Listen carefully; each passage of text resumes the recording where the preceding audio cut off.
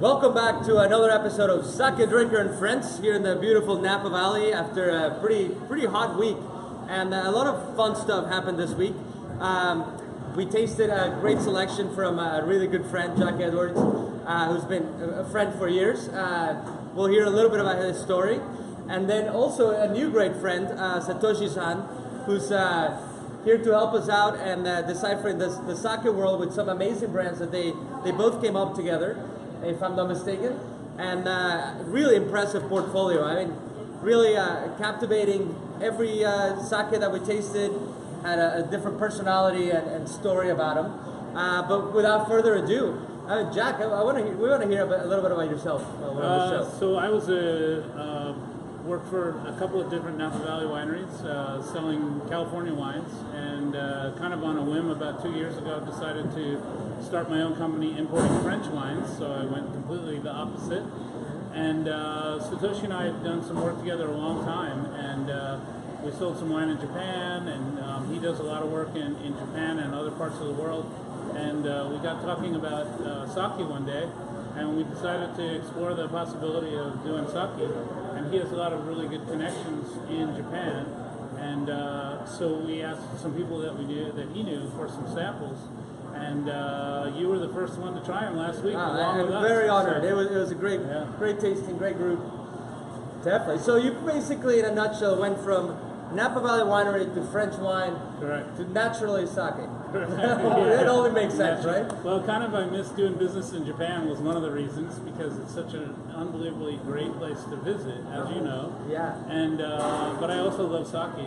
And when we kind of hatched this idea, I thought it would be, it doesn't really go with French wine, but it's a good, extension of my business. Yeah, I think it's going to work out pretty well, actually. So, awesome. Thanks for sharing that, Jack. And what do we, this is a sake drinker friend show, so why don't we start drinking a little bit of sake? And Satoshi-san, we would like to hear a little bit about your story. Sure. My world started with wine in a big corporation, but quickly I focused on exporting wine to the rest of the world. But my personal interest has always been about fermented beverages such as wine and beer. And naturally, this sake to me is like a cross between wine and beer in the way it's made. And so when Jack got the opportunity to introduce sake to American customers, I said, great, let's take a look and see what we can do. So here we are.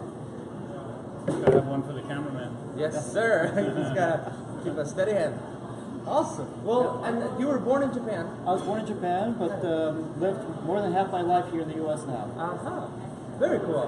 Well, it is a pleasure to meet you. I keep hearing about you through Jack, and it's good to put a face to it. Thank you. And he's also he's a really great guy, but it's also really helpful that we have someone who speaks the language and knows the country and knows a lot about sake. And for me, I'm going to be the kind of guy on this end who knows the market a little bit better. But I really needed him in order to do sake. I really needed somebody like Satoshi who could, really help me with it. Otherwise, it would be really difficult. Absolutely. And as I mentioned during the tasting, a pretty impressive lineup. I taste a lot of sake. I'm not going to say I'm the sake expert, but I taste a lot of sake. And that's one thing I'm guilty of, and I really enjoyed it. I tried to spread the sake gospel, and this was amazing. So without further ado, cheers to you guys, because this is a very exciting for all of us to connect us more into the sake world. Cheers, and let's talk a little bit about this amazing junmai that you find, Satoshi. Sure, so the first sake we're drinking is called Hirai. It's named for the visiting of the swans in the Niigata area of Japan, which is the northern part. Very, very snowy region, so as you know, sake needs good water, and with that, it's got very good soft water that they use to make the sake here. This is a junmai, but it's polished to 65% remaining, which is a real great value for the money. Totally. Yeah, Niigata is a beautiful region where it has all these mountainous areas, a lot of snow, which translates into the water. And it has this warm side. So the first time I was there in August last year, it was 98 degrees full humidity. So you get the full range of weather, if you will, but producing amazing sakes. I mean, this is an outstanding. Sir, would you please like to join us to taste some sake with us? This is a sake that has this dryness, richness. You're welcome. Cheers. Really kind of a big, hairy-chested, kind of warrior there. But at the same time, it's very clean. It's dry. It's got a nice, really nice texture. It's beautiful. It has character. Yeah. A lot of character for especially a great value for money producer. Very historic as well. This brewery was established in 1781 and has a continuous operation as well. So, you know, they've got great history and track record as well. Absolutely. That's not taken lightly. Very cool. Well, if we move on without further ado, I'd like to go to the 3-time koji, which we talked about earlier. Aside from an amazing packaging, I really enjoy this beauty. The sake is outstanding. And it definitely leaves an impact. Because there will be a lot of sake to go through. And very exciting. But I'm interested to hear a little bit about their story and how in their crazy minds came up with the idea of 3 koji, which is pretty changing for the sake world. Right, so the brand, as you can see, is very Western oriented. They wanted to make a sake that would go well with the current day wine drinkers. And so with that in mind, they said, well, what can we do that's going to be different than what everyone else has been doing? And so they said, well, first of all, we want to be able to ferment sake dry. And by using 3 times more koji than regular, they were able to achieve that dryness, but also the savoriness, the umami that you find in the sake as well. Another unique thing about this is they do not add back any water, just alcohol. So all the alcohol level is controlled through fermentation process. Genshu, or undiluted.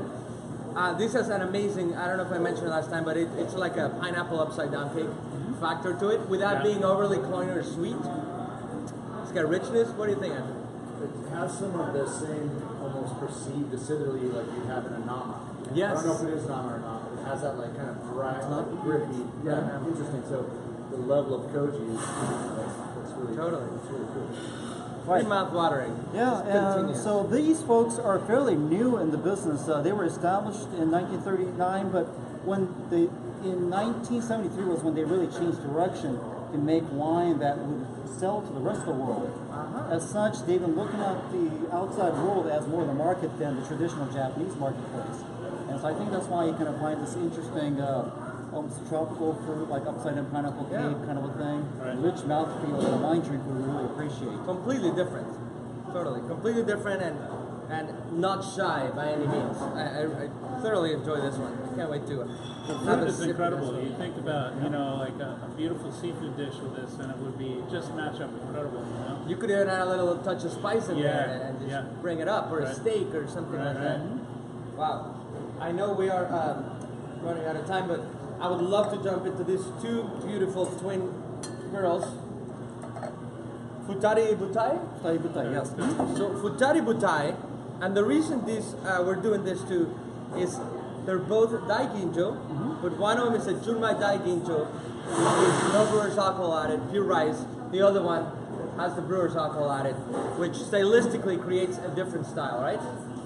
Let's see, without further ado, I'd love to do them side by side if you don't oppose. That's great. And we'll do the That's the Daiginjo. Daiginjo first. Yep.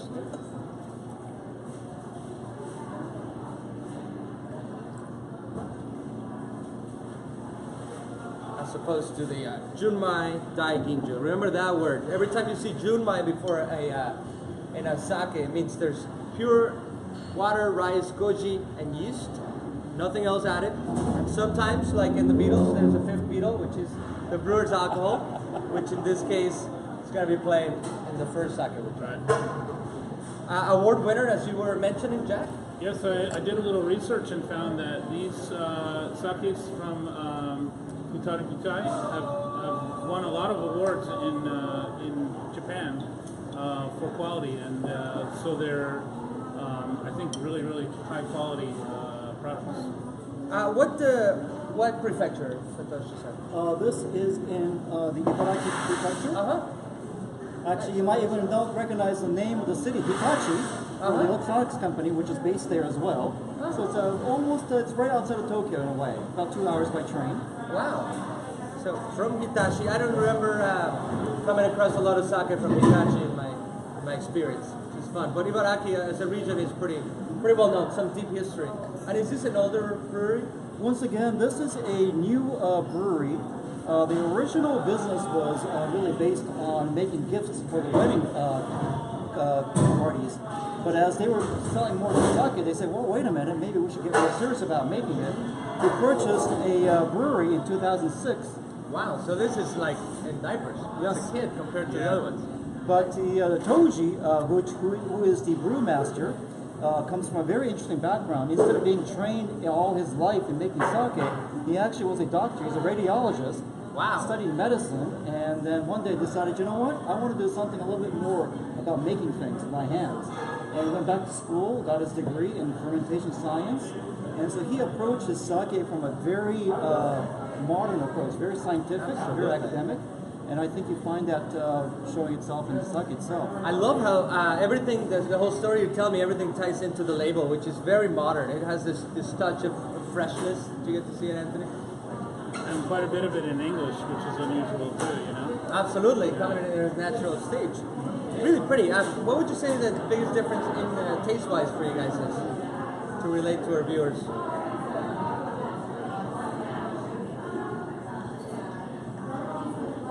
Definitely can taste the alcohol more in the Jumai Daiginjo. Yes, which is always a kind of a fun thing, right? When you're at the brewer's alcohol, it's less perceived. Yeah, but for me that also gives it a little more crispness, where the other one's more creamy and kind of rounder on the palate. At least my personal opinion, anyway. Yeah, to me, the Junmai has a lot of the mouthful of richness, but it also has a little bit of citrusiness to it that I find interesting. Whereas the regular Daiginjo by itself is very smooth, very clean, very focused kind of a style sake. Sure, and worth mentioning, I believe you said this, both are the same rice, same polishing, same yeast, everything's the same except for the brewer's alcohol latte, which is the big factor in here. Right. Yes. Pretty fun. To me, I find the Junmai Daiginjo to have this candied fruit, kind of anise quality.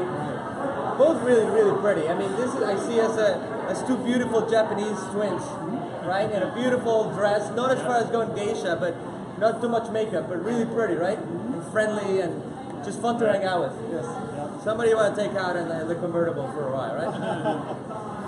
Very awesome. Really beautiful, both of them though. Really good one, good sakes. Yep, totally. As I said, I mean, saying it too much, but it is very impressive. Yep.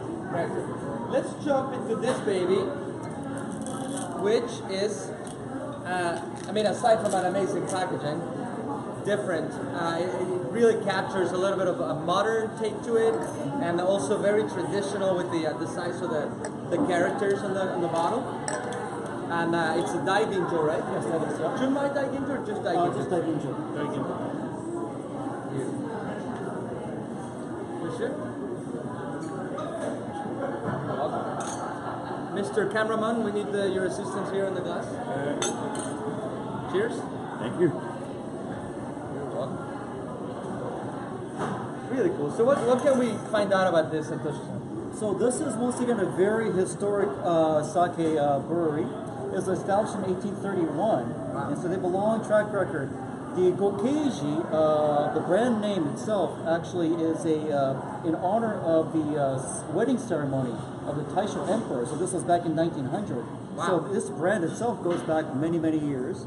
Gokeiji means a big happiness or utmost celebration. That's the name for it, and they've been selling this sake ever since. Wow. This is probably the most powerful of all the sakes that we've Indeed. had. And so it needs something. This is not a cocktail sake. This really needs some powerful food to go with it too, I think. But really gorgeous flavors.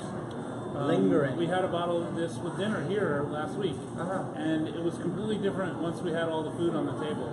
It really, I remember it being very powerful to start with, but once we had food with it, it really made it calm down, and it just seamlessly integrated with so many of the dishes that we had.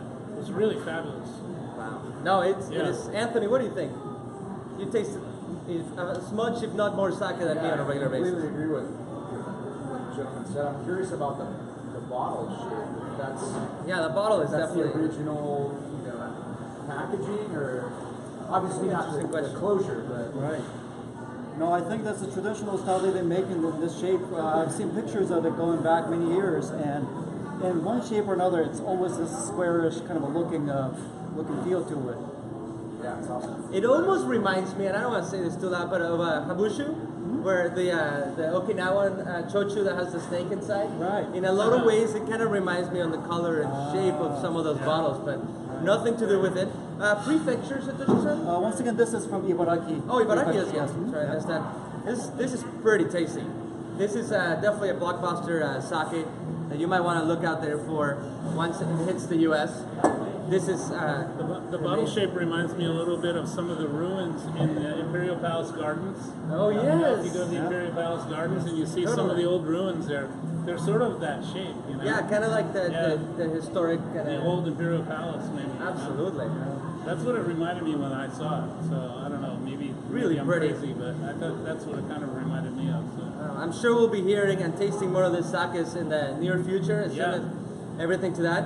With that, I want to say cheers to you guys and a quick Thanks, Eduardo. business jump in there.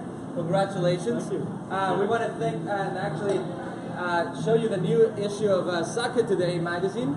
Keep an eye out for that one, which is everywhere. You can come to Morimoto and find it, or you can go online. Also, go and like us on Sake Drinker, at Sake Drinker on Instagram.